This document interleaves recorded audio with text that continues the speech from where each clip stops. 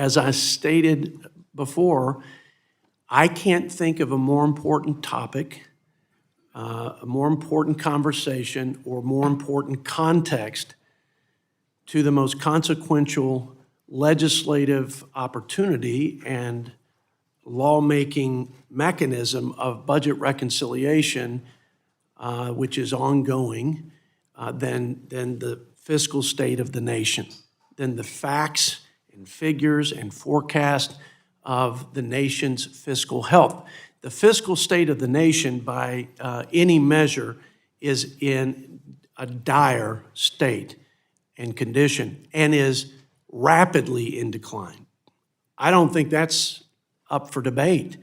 I think the question is, how much longer do we have to allow this unsustainable fiscal trajectory to persist without some intervention?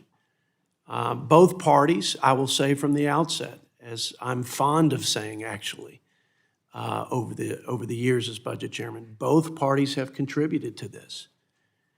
You know, my Democrat colleagues will grow the government and increase spending, and they will make statements of paying for it through taxes, or as we say, other people's money, and it never works out quite like they plan. Of course, Republicans, in their own way, leave the deficits growing because we think somehow we can grow out of a World War levels of debt and deficits.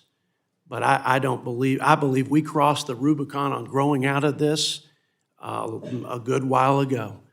But it's okay because Republicans have the heavy mantle of reining in the spending, the runaway unbridled spending that's driving the debt. So fear not, fellow Americans. Republicans will simply offset their cost for defense and for tax cuts with spending reductions. Well, that hasn't worked out either over the years, if we're honest. I hope this is a committee where we may have different philosophies. We may have different policy positions as a result of those varying philosophies. But I hope we can call the balls and strikes as they are, and because I don't think it serves anyone, especially the American people, if we don't set the table in a way that reflects the harsh reality of not just the fiscal state of the nation, but maybe more importantly, the fiscal or the state or condition of Congress. Because at the end of the day, I think we know what needs to happen.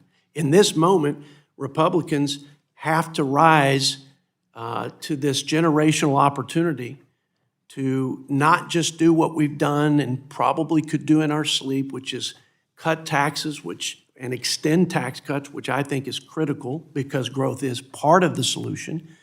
I think we have to make an investment in the first and most important job of the federal government, which is defense and all things national security.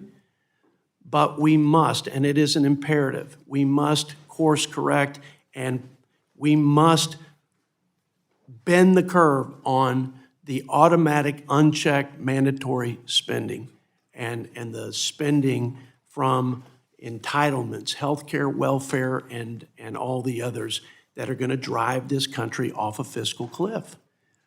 And so in this moment, I don't think we're lacking for clarity on solutions, although I welcome those suggestions. I think what we're lacking in Washington all around, maybe among others like common sense and common decency, is courage. Courage to do what is necessary. Courage to do what every generation of American leaders have done when facing such an epic crisis that could, in fact, leave America irreparably damaged.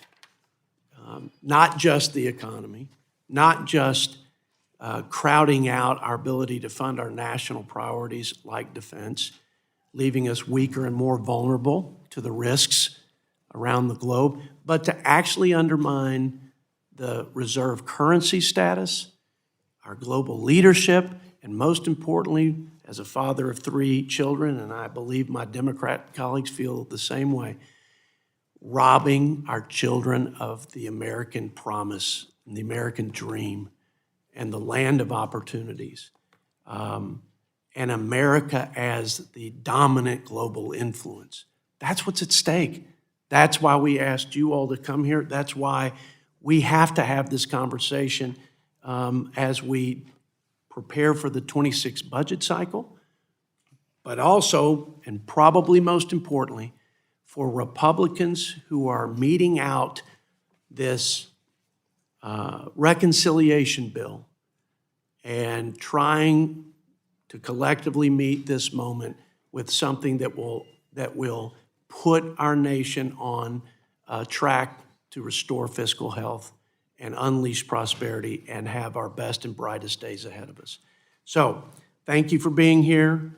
Honored to be a part of this committee.